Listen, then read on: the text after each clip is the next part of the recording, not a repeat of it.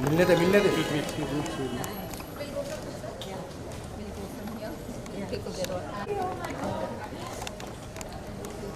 Being a powerhouse of talent, she is also hailed as one of the pioneers who changed our perception of female lead actors in Bollywood.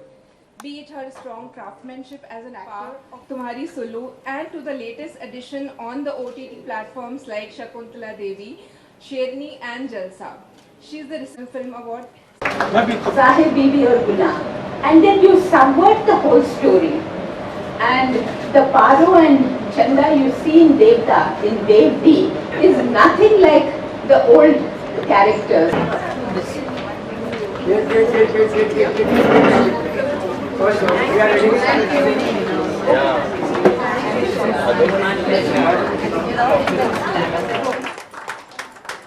Besides cementing her place as an actor in Indian cinema, she is also known for devoting time in humanitarian causes she has supported over the years.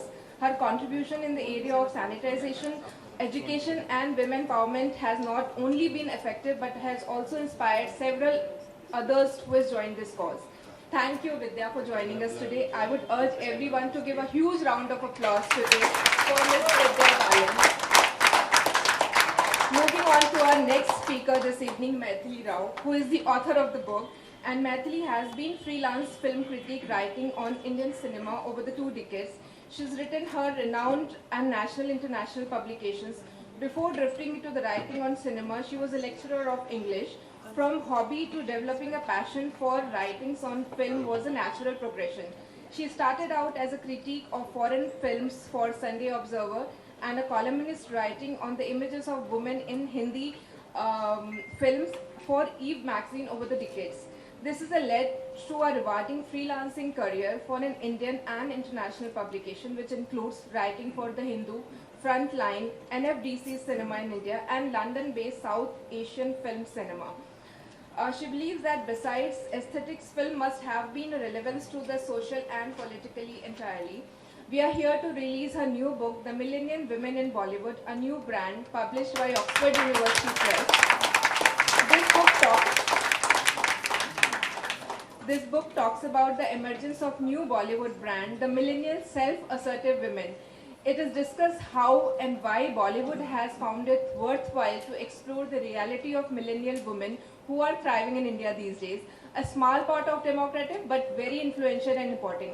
Now I will leave it to the experts to introduce the book. Without any further delay, I will hand it over to Maithili and Vidya, and with the formality, I will request everyone to kind of release the book and then we'll take the conversation forward. Thank you. Over to you.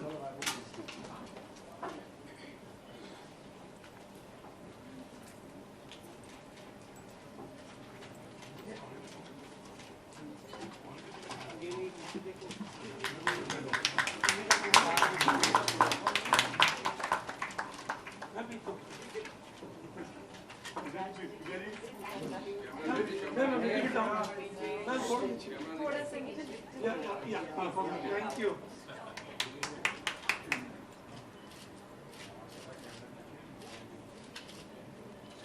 Sir आप लोग का picture यार side में ना आगे पे देखिए thank you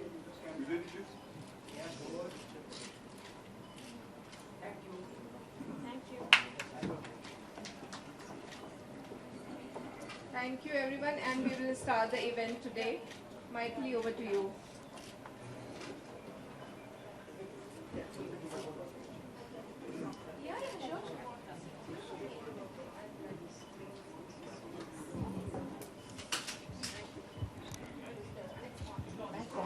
Hello. Thank you all. First of all, thank you Vidya Balan for so readily agreeing to release the book. I didn't expect it actually.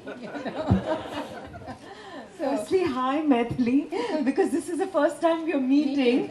But I have read Maithili's name in publications over the years, and I knew hers was a credible name. But most importantly, she told me she was carrying my face on the cover. Hi everyone, good evening. So I think that was, that tempted me. And of course, in all genuineness, I was very intrigued to read the book, but I said yes to you even before I did, because I knew it was something that I would be interested in, and a lot of other people. Thank you for that vote of confidence. Okay. And thank you all for coming here. There are so many distractions on a weekend evening in Bombay. And thanks for coming. This is homecoming for me. I lived in Bombay till about 5 years ago. And it feels like coming home, you know, to this warmth and this excitement of this city. But I'm pretty happy in Mysore, which allowed me to write this book without much distraction. And the title says it all. I'm not going to, I hope you'll buy the book and then see what the book is about. The title says, I was intrigued by this. I used to spend a lot of time in the US during the summer vacations because of my daughter and my grandchildren living there. And I saw so many articles exploring the millennial phenomena. I thought this has become just a buzzword, a fashion word.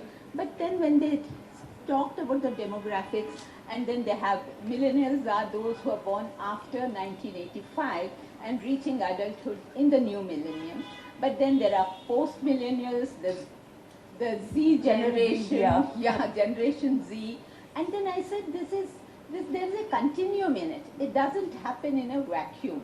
So I was interested in actually the evolution of the Indian woman and the portrayal in popular cinema.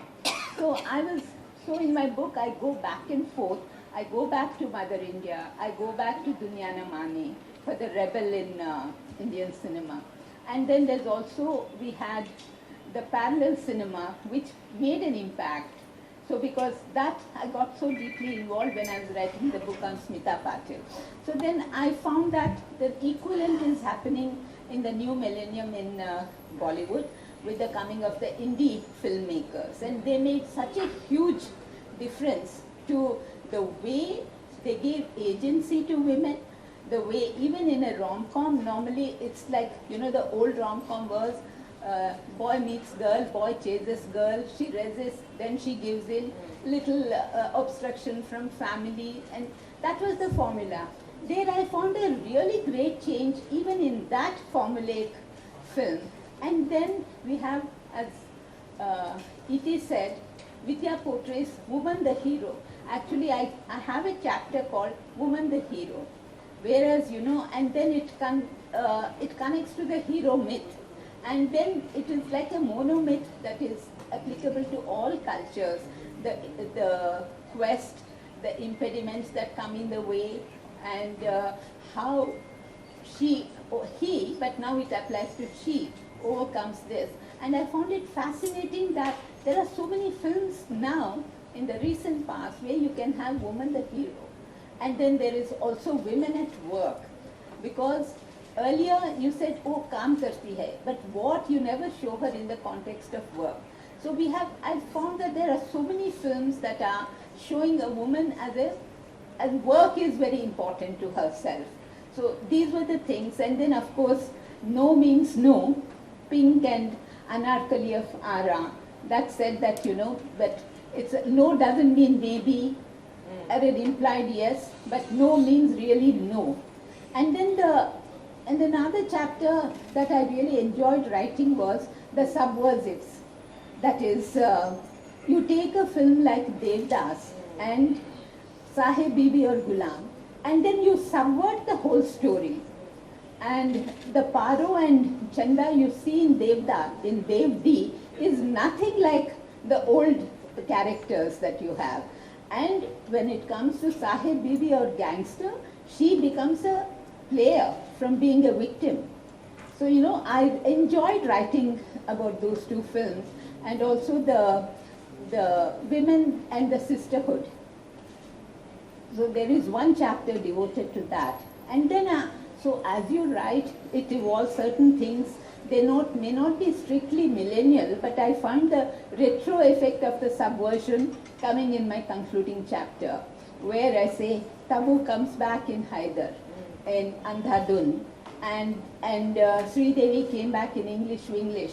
So could you ever imagine in the past that a middle-aged homemaker being the central character in a popular film? So that's what I feel that this reflects in a way the centrality of the modern Indian woman who is still moored in Indian values, traditions, but trying for independence, her own identity. This quest for identity, and there's also a clash between tradition and modernity in that. So these are the ideas that are explored in the book.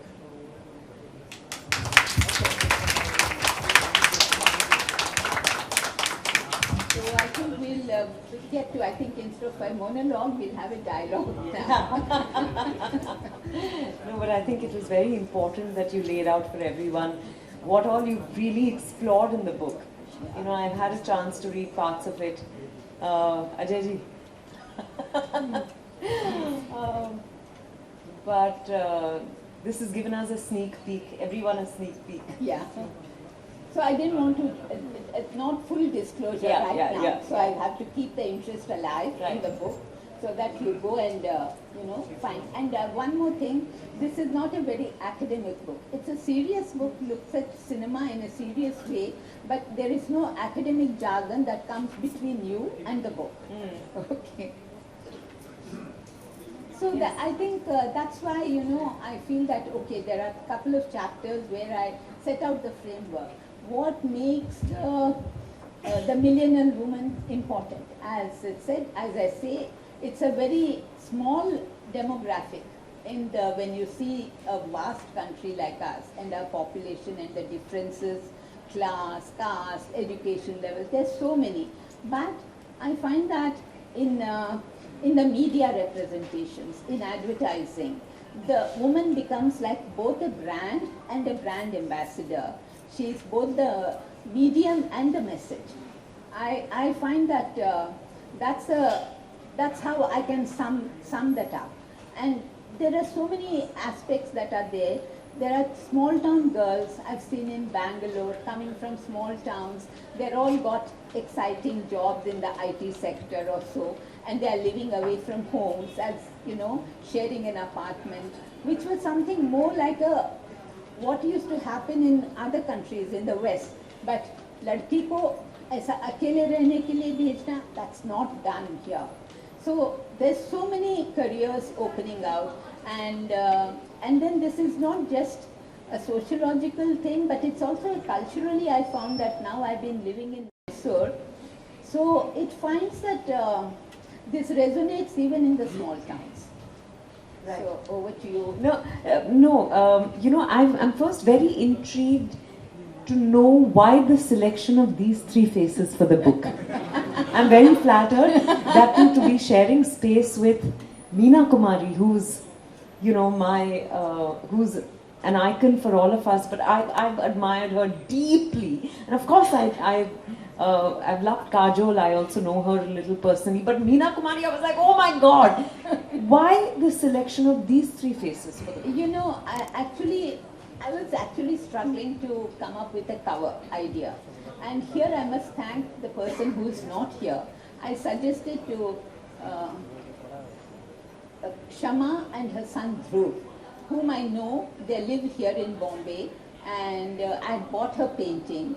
And suddenly one Sunday morning, and OUP asked me, what do you want for the cover? I said, I want something symbolic, a figure of a woman who is free, like a flowing pala maybe, and then still working, rooted in the soil, but it didn't gel. The sort of things that they sent, I said, it's like very generic. It could be like in a textbook. I said, this book is about cinema. So I have to choose the actors, the icon, and also I wanted to suggest a kind of an evolution of the Indian woman from Meena Kumari, and Kajal is the bridge because the 90s cinema comes in there, and then the 20th century. I thought no one better than you for that. And so when I suggested the idea to them, so they came back, I said, we don't want portraits or we don't want actual photographs. Just, make it, because my theme was black and white with touches of red. So then they came, and I'm very, very happy. Sorry they couldn't be here because Dhruv got married a couple of days ago, so I can't expect the new groom and the new mother-in-law to come here for the function. So a big thanks to them. And I also want to say thank you to Radha Krishna Nair, my editor at Man's World, who was supposed to have come here today but couldn't. He allowed me to use a lot of material that I wrote for Man's World. So because sometimes you have written in the first flow of your response to your film, and you try to paraphrase that, the same idea in a different language, it becomes very pale copy of what it was in the first. It's like the first take that you do in a, it comes out spontaneously well. So then I said, and my publishers agreed, that I said, I'll use my own material that was written for somewhere, so use it here. Especially, I think some of the things that I wrote about the dirty picture, some parts of it were there, but when I saw so many films again right now. So this was like, that was like suddenly, I think watching news in the morning on a Sunday morning, I said, why am I struggling with all abstract figures? This is a book about cinema, we have to have concrete actors on it. So that's and I said, like, evolution, show it in this kind of a triangle. No, it's a lovely cover, and I love that dash of red. Yeah. It's just,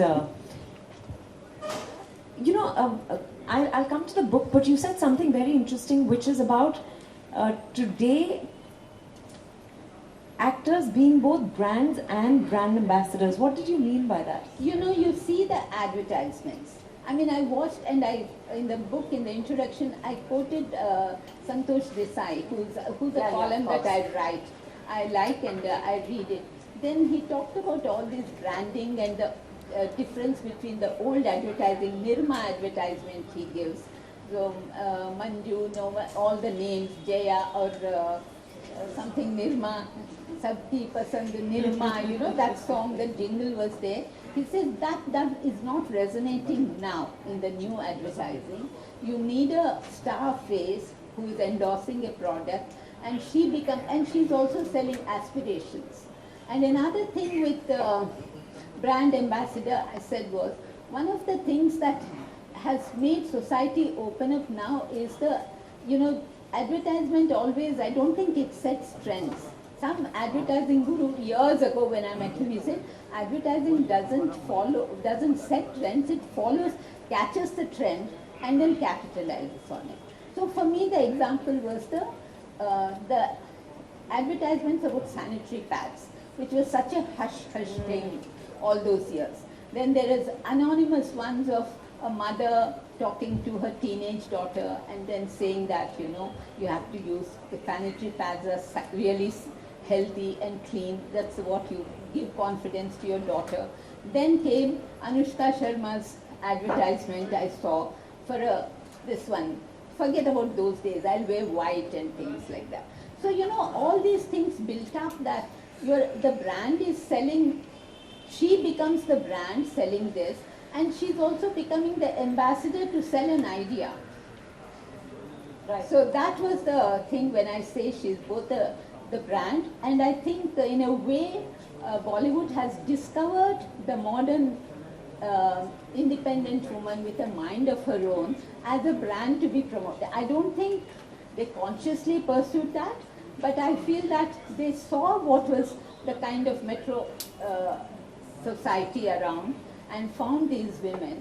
So I think they also, gave agency to her. And then you see all the films that have come, rom-coms, you see the long ago Salam Namaste, you have set it in Australia, then they are living together, and then there's no family anywhere, neither her family nor his family. The friends, the peers are the family who are influencing them. Then you had, then I think one of the films that came out from Yash Raj was Band Baja Barat, where again it's the girl who is the driving force in the film. So even in a rom-com where earlier she was just sidelined, the hero was more important. Look back to Shami Kapoor films and all that earlier, all the rom-coms that you had earlier, and this is so different.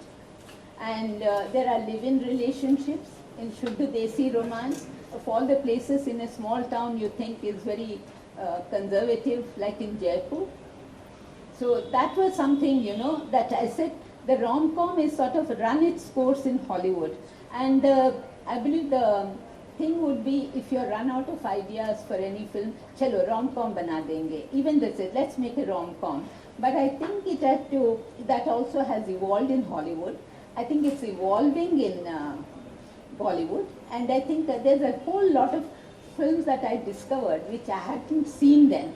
So I saw those films. So I find that women get a say in a relationship, in determining the scope of a relationship. So that I thought was very significant.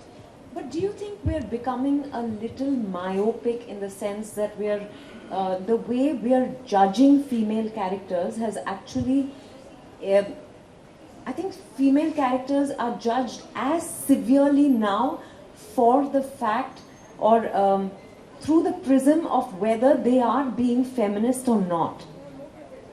I think the tables have turned. I don't know if I'm able to articulate this correctly, but previously I think they would get judged for whether they were good women or bad women, or they were victims or they were vamps or all of that. But now I think every character is being judged for whether she's feminist or not. And isn't that an unnatural expectation from every female character on screen? Because feminism is not one thing. I think feminism has to be also seen in the context of the world the story is being told in. Like, I'll never forget what one of my sociology professors said when I was studying at Xavier's. And she had said that for you, feminism is very different. Your rights, being aware of your rights and living your life on your own terms and making your choices, all of that constitutes who you are. But for a woman in a village who's lived in the parda or in the ghungat all her life, the first time she lifts the ghungat and walks, that is empowerment. That is, in that context, she is being a feminist. Yeah. So do you think we are going through a time when we are looking at it through a very myopic, having a very myopic view on this? This is something when I used to write on the images of women, they used to say, is it a positive image or a negative image that's being produced? I mean, I'm talking of the films of the 80s and early 90s. So the whole thing was, is it a positive image that is being presented or a negative image? But my thing is, what is important is not positivity or negativity, but the complexity of a woman in a situation. So how she deals with it. You don't want a cardboard positive figure. You don't want a totally stereotyped vampish figure. She's a person with many challenges, and each individual has to go through a journey.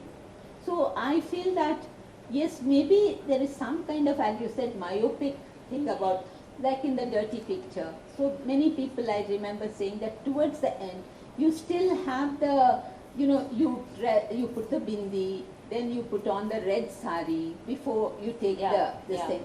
So is there an innate wish in the rebel who took on the system on her own terms and uses her weapon was her sexuality, her sex appeal?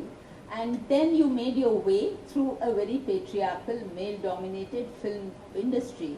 So when you do that... No, but why does one have to...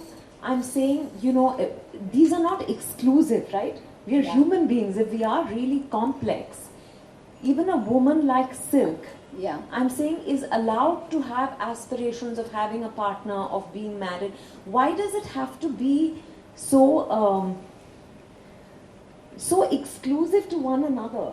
I'm really grappling with that, because I find that I don't read film reviews most of the time, not of mine for sure, not around the release because it's very stressful. But I'm saying even otherwise, when I do the way films are being discussed, I think we're not, we're not allowing for creative expression of telling of a story. There are all kinds of women. Each story is different. Each journey, I feel that we are actually stereotyping the modern woman for every woman to have a voice, for every woman to be heard, which is why, you know, I want to, I don't know if you've seen my film Sherni, but I thought it was a great example of a woman who was not aggressive in a male-dominated world. She was quiet, but she had her conviction. She went about not by thumping her fist or by making a big deal of things, but by quietly doing her job and by doing what she felt was right. So, you know, it was refreshing for me to see that there was here, and let's not forget that the director is male. Yeah. You know, Amit Masurkar made the film. But his view was very, he could have, if he wanted to make a really, today's so-called feminist film, he could have chosen to make her a little more of a cardboard cutout forest officer. But he didn't, and I think those choices, to me, Yeah, you're very right, because as I said, that complexity Yeah. of the situation, and as I said, each individual will Yeah. have a journey. This I found that, you know, you do tend towards being judgmental Yeah. about the heroine's choices or their representation. That I think is like, very often depends on the filmmaker's skill. You know, in Yeah. the sense that, does he convey the complexity of the situation, I think also the complexity of the choices your woman protagonist has to make. I think that came out very well in Jalsa, yeah, right. you know, because you had negative shades in that, and your conscience is like, you know, bothering you, not just bothering, it's gnawing your Yeah, at the attitude, yeah. at the soul. So when you show that kind of a conflict, I think that's where the film succeeds. It may not be a huge box office hit, Yeah. but I mean that's the problem. You know, you go deeper into a film's character and focus on the inner conflict. I think people can accept that in a book because it gives them the scope to take that inward. Because when you're seeing a visual medium, that's giving you a different message at times. So I think to convey the conflict, inner conflicts of a character in a film is far more challenging than in writing a book. And so that becomes dependent on the writing of the film, the way the film is narrated, and how deeply the protagonist understands that role and brings that out. It's a very challenging, I said. I mean, Yeah, you know, no, because I keep thinking about this. I'm sorry, I keep going back to that because I feel that today, women are still judged for in cinema. yes. You know, previously it was to see whether you're a good woman or a bad woman, but today it is to see whether you're empowered, whether you're a feminist, whether you're independent enough by what yardstick are we using? You cannot use the same yardstick, and why does every woman have to be empowered on screen? Then we are only telling stories of a certain kind of, certain, you know, group of women. Yes. There are women who still have to make that journey. There are women who may not yet have made that journey, may not have even set foot on that journey. I think we need to see reality from a more holistic perspective. You're absolutely right. Yeah. You're absolutely right. Because I think what is, you know, easier for even not just the filmmaker, even for a viewer, to see characters as stereotypes, Yeah. meeting a certain expectations, and the expectations keep changing with times. Now, because I feel that it's not just the feminism is taken for granted. Now we are living in a post-feminist age, in the sense that you redefine feminism not in the 80s standard of, home doesn't, I mean, your personal life doesn't matter, like, you know, your work, your self-identity, how you find that. That became like, when you read the female mystic, the feminine mystic and all the 80s feminist literature, we have gone past that, because a lot of women themselves, they said, they take certain of the rights that are granted by, I'm talking about the educated, urban, middle class women. So they take the advantages, the rights that are implied by feminism as for granted. Then there is a thing beyond feminism to find, you know, don't discard your feminine part for the sake of feminism. So you can own both parts of you, and that is, I think, what I see in women in their 20s, late 20s and 30s. And there are other women who are just even coming to that first taste of liberation. For me, I felt that that happens for me in Door, when Ayesha's character suddenly takes off her, and then runs into freedom. And she's such a young woman. And what if she's been widowed, lost her husband, she died, but she's also fun-loving, and she finds that kind of freedom in the company with the other woman. And for me, the most significant part of Door was the old Dadi, censorious, in a way, very, judgmental about this girl, the young girl in the traditional setup. She gives her the key to the house to go out. That I thought was a really remarkable scene, so that this kind of a personal quest can happen in any situation, in any kind of and we are such a diverse country. And diverse country, not just language this way, but each upbringing, there's always been this sudden a struggle between tradition, family values you're born with, and then you want to search for something beyond that, not being conformist. And as I said in my book, conformists are born, non-conformists are born, they're not created. When you try to create a non-conformist in film, it somehow sounds false. Even being a non-conformist has to be part of that character, not just the character on the screen, but even the actor playing the role. So, so these are like complex kind of issues which I think what happens in popular cinema especially is that you're trying to make it something that the audience will not take too much trouble to question and be entertained at the same time. And what do you take away from that? So I think when you're saying that each woman is judged, whether she's being feminist enough, that itself becomes a judgmental thing. I think we have to accept a story as it is told. I mean, so, this is always the thing with when you're a being film critic. You're taking a genre film, you're taking a modern rom-com. Then you can't compare it with, some other set idea of how it should be in your mind.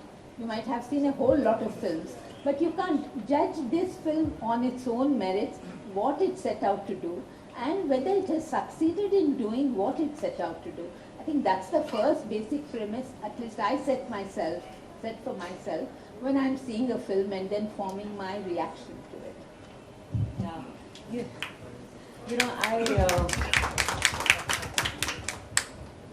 I was about to say something and I forgot. No, not at all.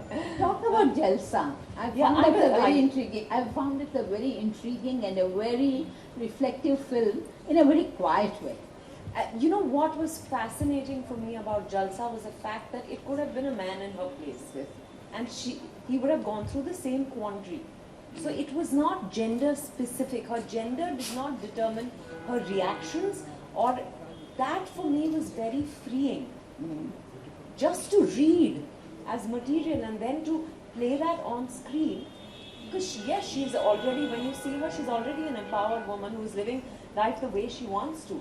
But, a situation like this can make you extremely vulnerable. And that's, like I said, it doesn't matter what gender you identify with. This is very human. This is a human quandary. I found that absolutely amazing. And I think that's where I hope someday, I think as women begin to take charge of their lives more and more and more, and I feel that that's where cinema will go, where we're not necessarily, we're not pigeonholing women's roles into just being women roles, if you know what I mean. Yes. We need to open up the canvas. It needs to get more expansive and free, and that for me would be truly liberating. So I think that's what fascinated me most about Jalsa. But please do ask whatever you wanted to. Sorry, I just went off on I mean, when an actor chooses a role, what because I have an actor like you, and so this is a little beyond what is there in the book. Right. So I just want to know what attracts you to a role, the script, or your role in it, or what exactly hooks you to that? This human dilemma, because I have to tell you, Maithili, that I was offered this film before the pandemic and I had said no. Because I said I would never walk away from a situation like that. But the pandemic happened and suddenly I began to look at the world and myself very differently. And now I realize that I don't know what I'll do until I'm faced with a situation. There was a certain humbling, I think, that the pandemic caused in us. And that's when one day when I was speaking to the writer-director Suresh Triveni, he said he made some changes to it. And I said, I'd like to read it. And he said, really? Because I'd already said no. But I read it, and this time I connected with it because I saw how it's about human frailty, right? Yeah. And for me, exploring something like that is very exciting. Because it's very easy to say that, it's very easy to judge someone else in that situation. But what would you do if you had a child at home and you were the only caregiver for that child and you have a mother, but that's your world, right? You know that you have to protect it fiercely. And now you feel that everything will fall. And he's a special needs child. So everything will fall apart if you're arrested, or your life will just come crumbling down. So what would you do? And there were no clear answers. I thought the way it was structured, the way, she's initially in denial, and then there's wanting to shove this under the carpet, and then there's guilt which consumes her, which makes her angry, therefore, because this is a reality. She knows that it's a secret. She can't keep secret for too long. And then finally the acceptance of it. And, I thought in both characters, Yes. I think the juxtaposition of both women's lives was really, it made the film what it is, And there is no way of knowing, in terms of numbers, how a film does when it releases on OTT. But I have to say that it was amongst the 10 most watched films on OTT last year. So that's very heartening. When you know that even these kind of films are being lapped up by people. So for me, I think this kind of exposure to other kinds of film narratives and filmmaking, I think will change even popular taste and make them accepting of more challenging, say, stories that don't give very easy answers. Yeah. But what happens is you want to give easy answers to make the viewer go back with some message that is very easily internalized or take it home with a sense of comfort.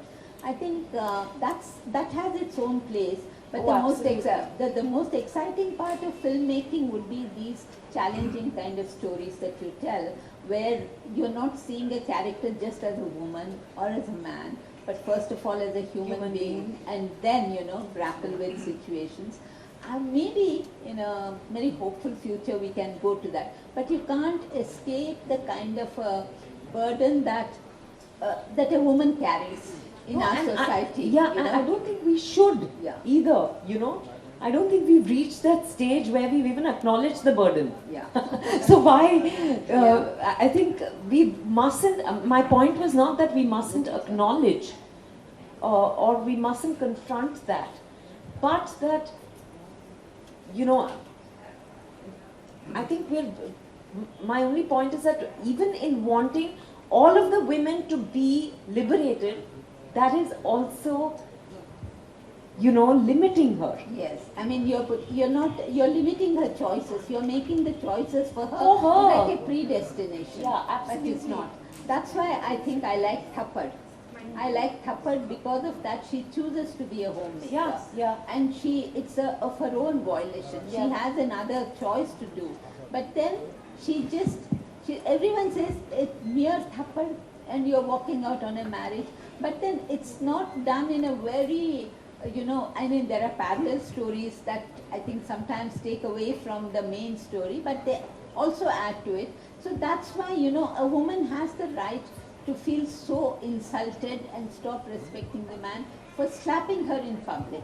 And everyone says, and then everyone says, No, even public her own or private. private. So that's why the point was that it's a given situation. Even her mother says, you have to adjust. And her brother says, you have to adjust. I mean, he's otherwise a good guy. Why are you walking out on him? So that's, I think, and I've read somewhere that the more positive response to that film came from men than from women viewers. Oh, really? Yes. I don't know where you come across this. Yeah, because many women also, brought up in a more traditional way. औरत है तो to keep the family going, you have to accept, overlook certain, that conditioning, the mother is conditioned to that, and she tries to pass on the conditioning to the daughter. She listens quietly but doesn't argue that much with the mother. The father is the more understanding character. So this is like, you're individualizing the situation, you're individualizing the characters of not just the main protagonist, but also the supporting cast. Yeah. And one thing I notice now that many of the smaller films being made in Hindi, the families, they're not like the generic aunt, the generic cousin, with no individual individuation.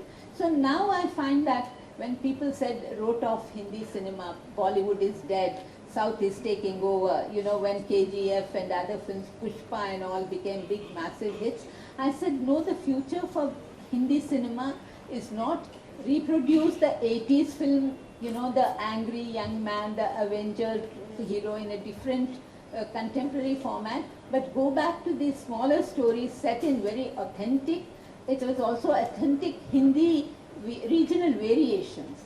I think for me that is the future of Hindi cinema as such. Yes, the big action blockbusters will come, and there'll be the kind of figures and all that, but the real future for me is like these small stories, but very authentically created in authentic settings, and characters that you care for and believe in. We'll just open it for audience. Okay. Sure. I realize that both of us talk a lot. So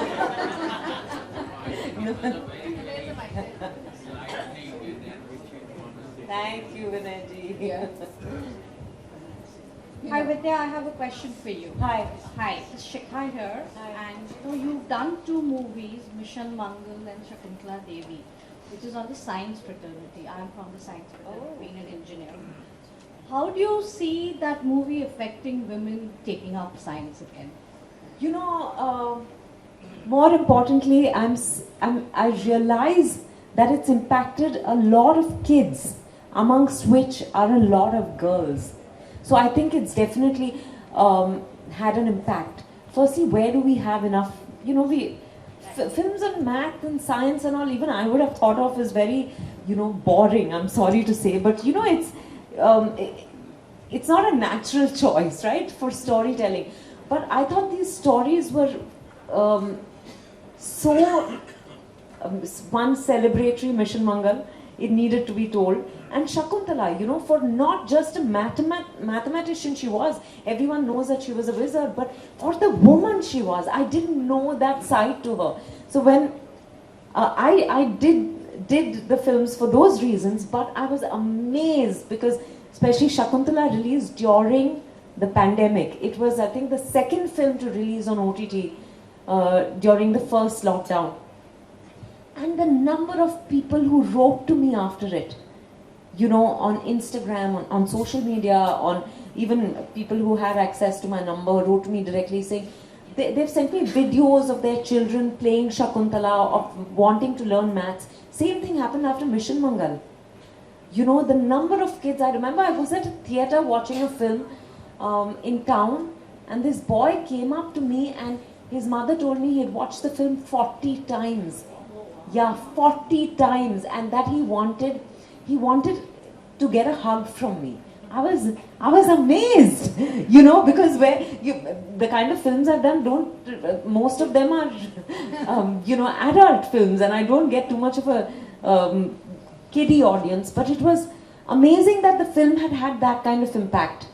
I remember post the release, we were all sharing all the reactions we were getting, and we had a group, and most of us were sharing, you know, things that there were kids who were actually making spacecrafts with cardboard someone wanted to go to NASA, someone wanted to go to ISRO, you know. The parents were actually writing into all of us on the team, like whoever, you know, known people. I think that was very heartening. So it's definitely had a great impact. Thank you. The Honey and Dirty picture also had a great impact. Thank you. Hello. I think many more women in STEM now, right? Yes. Yeah. Because later, I think, as they were STEM, especially in research. I mean, Yeah. this was the Indian Institute of Science from Bangalore. So they said there were more women coming in for research. Yeah. And then I saw the film. There was a little bit of film, you know, in Dasara in Mysore. There's a little film festival at that point. So they were showing Mission Mangal. I had already seen it. A friend of mine hadn't seen it, so we went to see that film, and that was packed. People were normally at a film festival, they don't allow anyone to sit if there's no seat, standing or sit on the carpet. They allowed. It was a slightly late night show. There were more kids, and there were the way they applauded with the success of the film. It was really, I mean, that was an eyewitness account for that. Hi, Vidya. Hi. How are you? Good, how are you? I'm doing fine. You made some of the most pertinent points I've heard in a long time from any film personality. Of course, I'm not surprised that you made them. About how women need to just, you know, probably to just, if I have to sum it up, be how they wish to be and just be left alone, and that's probably true empowerment. And then you cited your films, Sherni and Jalsa, ma'am also did, which were the archetypal examples of that. For me, in Indian cinema, just Sita or Gita, Chalbaz, Sherni and Jalsa are 4 films where the gender can be interchanged and it makes no difference. Right. So, what I wanted to ask is, based on that, even if we look at this, and this conversation is very important, but if we look at the millennial woman in Bollywood, would that become truly empowered the day we stop needing to make this reference? Like, we never have to say the man this or the man that. It becomes a given. It doesn't need to be spoken. That's the day you achieve true empowerment. We don't have enough women-led films still. It's still not the norm. The day it is, the day there are 50% films headlined by women, you know, both actors and directors, and technicians, but most importantly actors, I think. And the more success we see, these lines will get blurred. But at this point, I think it's very important to underline this, to acknowledge it, that we are making headway. That, you know, we've come a long way already. And I think, but that was my point about, you know, when I said that at some point we need to start seeing women as just human beings and not expect, you know, we expect too much from our women also, which is the point I was trying to make. I don't know, you know, the thoughts were just formulating in my head, so I'm still wondering if I've been articulate enough, but it's, I think we'll reach that stage, but it'll take some time, you know, because we've had male-led films forever, and we've had in every female actor's career, there would be one film where she played the central protagonist, and that was about it. And they said, you know, that was more a celebration of, I think, her artistry more than anything else. But today, this is slowly becoming de rigueur, the norm. But it's still going to take some time. So, for now, let's have this. Maithili ma'am, I have a question for you also. It's, of course, very valid that you said that it's just a parallel brand, if we could still call it that, of Hindi cinema. That's the way forward. And we would still get the blockbusters, the big action movies, but it's this that takes this conversation forward. But is there no, as a young critic to a very senior critic, is there no commercial film in the recently that you saw that would probably have this millennial woman, this character that could fit in there also? Any commercial film? I don't know how, sometimes I think the totally commercial film would have been maybe the one that, what was that about surrogate mother? She has that. Mimi. I found that it was a little, okay, it was an interesting idea for me, but then it became too much lost in the exotica of Rajasthan, and also, I mean, I don't know, because like a true critic. and also I found that the character, when the baby is born, everyone says kitna gora hai, he looks like a foreigner.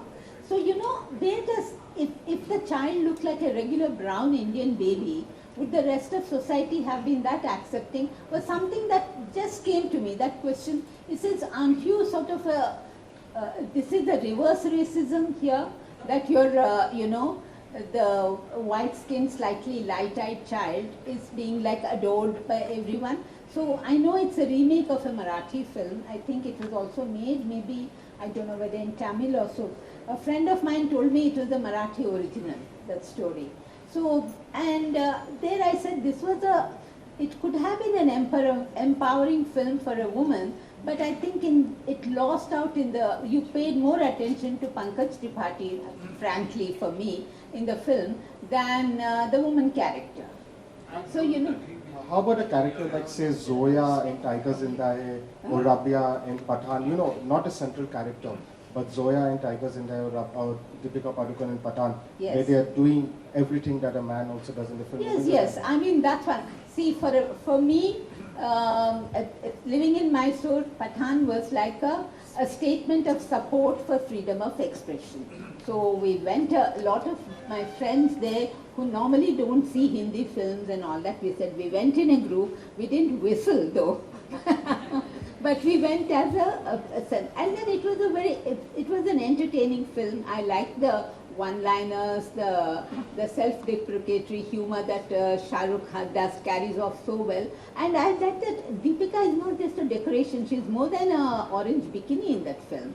She's like, she's such an action, she's given equal importance. Absolutely. Along with John Abraham and Shah Rukh Khan. She carries out her stunts like an athlete, trained athlete. So there I find that there is a strong woman character over there. And it could be the masala-est film, you can call it, but it does have a role. See, it depends on the intention of a filmmaker. So, and unfortunately with the COVID and for my husband's health not very good, so I don't go to many open theaters when they opened also, so I didn't want to come back with COVID or something, get him vulnerable to it. So I haven't seen many many masala films during that. And this book, and I had 2 more books during this COVID period, so it just cut down my choice of seeing films. I was concentrating on this book and seeing things along the same time. And again, what else would I say? Because when you write the book, it's okay, but then again the editing, and as I said, we had a motherhood book that was, I think, 6 months ago. We had its launch here, and then I was doing another, again a book on women filmmakers of India, 17 filmmakers for Suchitra Film Society. That's one of the oldest film societies in India. So I was actually in a way immersed in the woman cause, I can say, over the last 2.5 years. So unfortunately I haven't seen too many of the recent Hindi films. But even when they say Pushpa and KGF, I absolutely, tell you the truth, I absolutely hated those films. I think in the interest of time, we'll take last question. It's not a question, it's a statement. It's about the... So I was just about saying that Mini, what you are doing is that you are diverting from the character to the child's acceptance. The fact is that many, I thought, despite the fact that I had my own reservations about the way the character was presented, but it was a very well written and very well etched out character. And I think it does speak of the modern woman very well. You know. Of course, you have dances and you exploit certain sensual aspects of the character, yes. But I think the character was very well established. No, also I think it speaks about choice, right? Yeah, choice. To use your body, Yeah. and because body constitutes such a large part of a woman's identity. Yeah.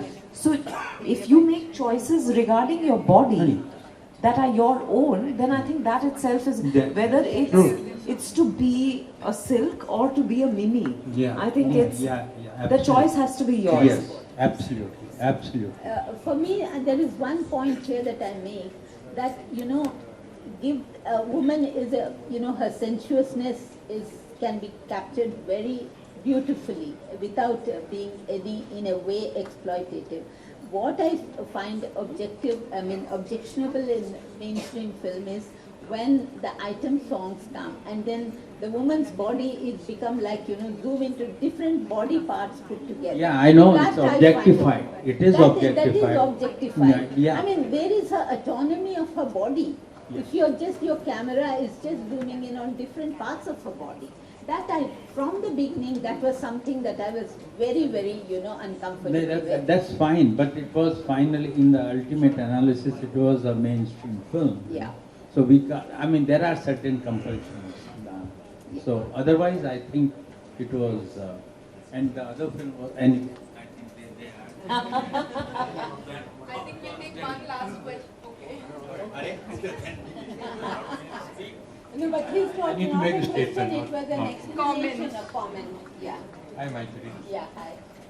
We've heard so many fascinating aspects of cinema, but you haven't read from the book.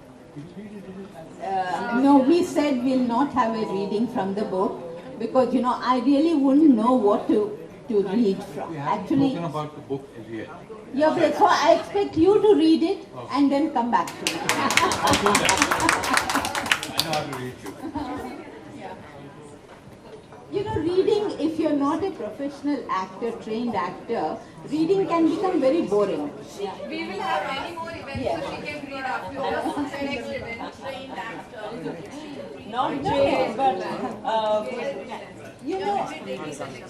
Yeah, hi. Sorry, I hope this. Yeah, this is for both of you, Maithili and Vidya. It's basically the very act of filmmaking.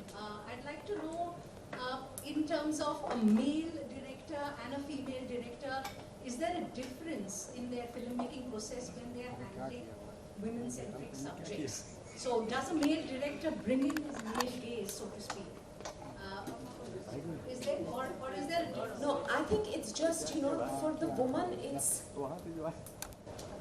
more her own experience, right? Even if it's not exactly her experience, it's easier for her to have empathy with the experience of the character. So, from that point of view, the perspective may be different, but I think I've been directed in a lot of my films by male directors, and I've never found the problem with the so-called male gaze. So it's really the story they decide to tell, and therefore the sensitivity or the sensibility they bring to it. Yeah. Yeah. Yeah. Yeah, yeah, yeah. Yeah. Yeah, that's true. Some of the most... Yeah. जवाब पूरा कीजिए तड़के बात Maybe. No, I mean to say, because you don't see a creator as a male or a female. As Vinay said, the creative aspect is the feminine aspect, you say, of the brain, it's the aesthetics. And then the other part of the, which is, I'm sorry, I don't know which is the right side of the brain or the left side of the brain, that's more creative and blank. But for any work of art to come out, you both have to work in, in balance, in harmony. So some of our best, most notable women characters in our cinema have been created by men. There is no going away, right from Mother India and Shantarams, Dunyana Mane, and of course forget Satyajit Ray, and Vimal Roy. I mean, can you forget Sujata and Bandini? Yeah. Basu Bhattacharya's women, but they were like, there are so many, and there's so many, yes. Yes, and Vinay Shukla here. But the thing is, we have so many, I think this is the first time in Hindi cinema that so many women directors are working at the same time. But I find that Zoya Akhtar made Gully Boy, so it is like she's actually gone into a different league of her own as a director, as a filmmaker compared to the other films. The spatial aspect of Bombay, whether it's the crowded Dharavi or night shots of Bombay, she's captured them very well. And her male character, his Ranveer Kapoor, I always see him like an overexcitable puppy in this. Ranveer Singh. But here he is so restrained, and the fiery character that Alia Bhatt plays in that. So it's like she's got, and all her films are not like a woman filmmaker, and it's only luck by chance she has a very strong role for Kankana Sen. Zindagi Na Milegi Dobara, which is one of the best male camaraderie films, has been made by a woman. So I think, yeah. It doesn't, the gender of the filmmaker doesn't matter. It's the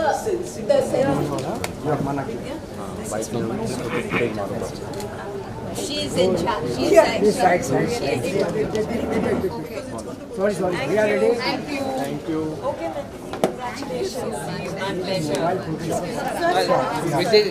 हाँ मैं यहाँ पे